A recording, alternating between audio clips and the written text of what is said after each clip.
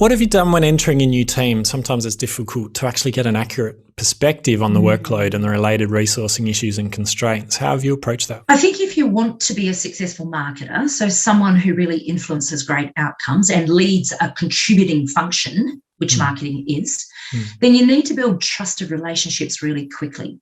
And the way to do this is to be honest and upfront on who you are as a leader, your style, your expectations of others, what they can expect of you, and essentially understand from your new team what they're looking for in this new leader.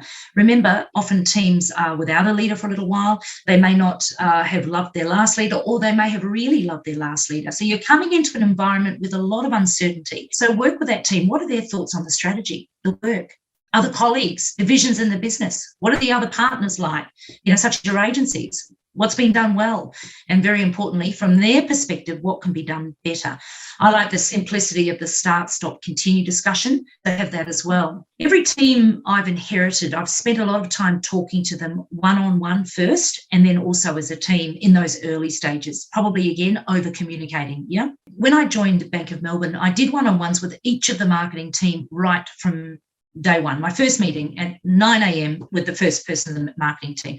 And these were informal, relaxed conversations, okay, positioned as getting to know each other. And I made that very clear up front. Of course, people are nervous. Who is this blonde force of nature going 1,000,000 miles an hour with wacky ideas? I sit next to them in my office, never across a desk. And I use humour as a way to diffuse or relax the environment. I find humour easy, as I find a lot of things funny, and I'm laughing at myself constantly. I'm a bit of an idiot.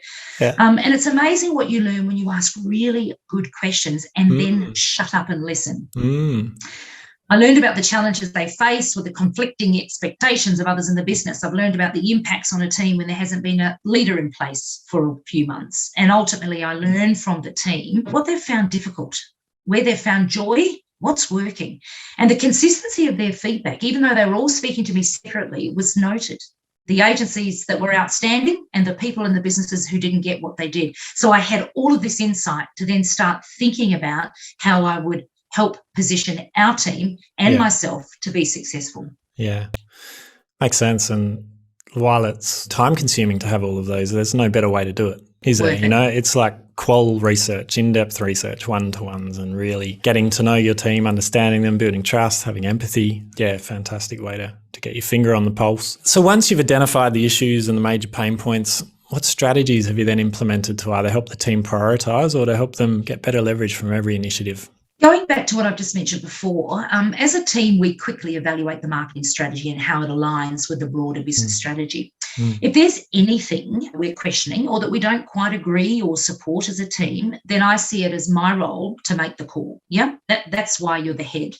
I haven't always done that independently. Now, an example would be recently at Visa, where I spoke to the GCM, our group country manager, and asked for his feedback.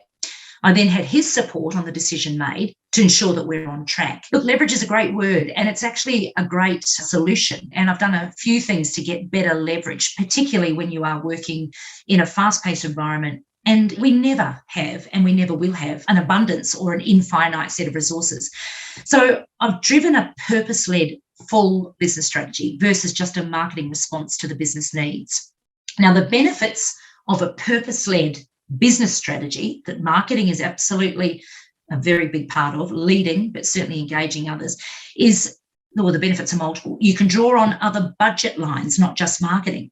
You can engage more of the business on this journey. They've all got skin in the game then. You can develop aligned strategic partnerships versus just sponsorships. But most of all, where we've had success is we've been able to create longer, more sustainable platforms to get your messaging out there versus just campaigns. And I think this is particularly smart, as the longer and more frequent your marketing messages in the market, the more salient it becomes. And anyone who works with media agencies knows there's certainly cost efficiencies in long-term media planning. And when you've got consistent creative assets available to you, you can actually take advantage of distress bookings as well. So you're actually getting more for your investment. You've been listening to Lean Mean Marketing Teams with Ty Hayes. If you love the show, please remember to hit subscribe so that you can discover more tips and strategies to build a high-performance marketing team. And if you're feeling generous, please tell someone about the show who you think would benefit. We're on a mission to help CMOs build their dream team and enable marketers to do their best work. And we appreciate your help in spreading the word.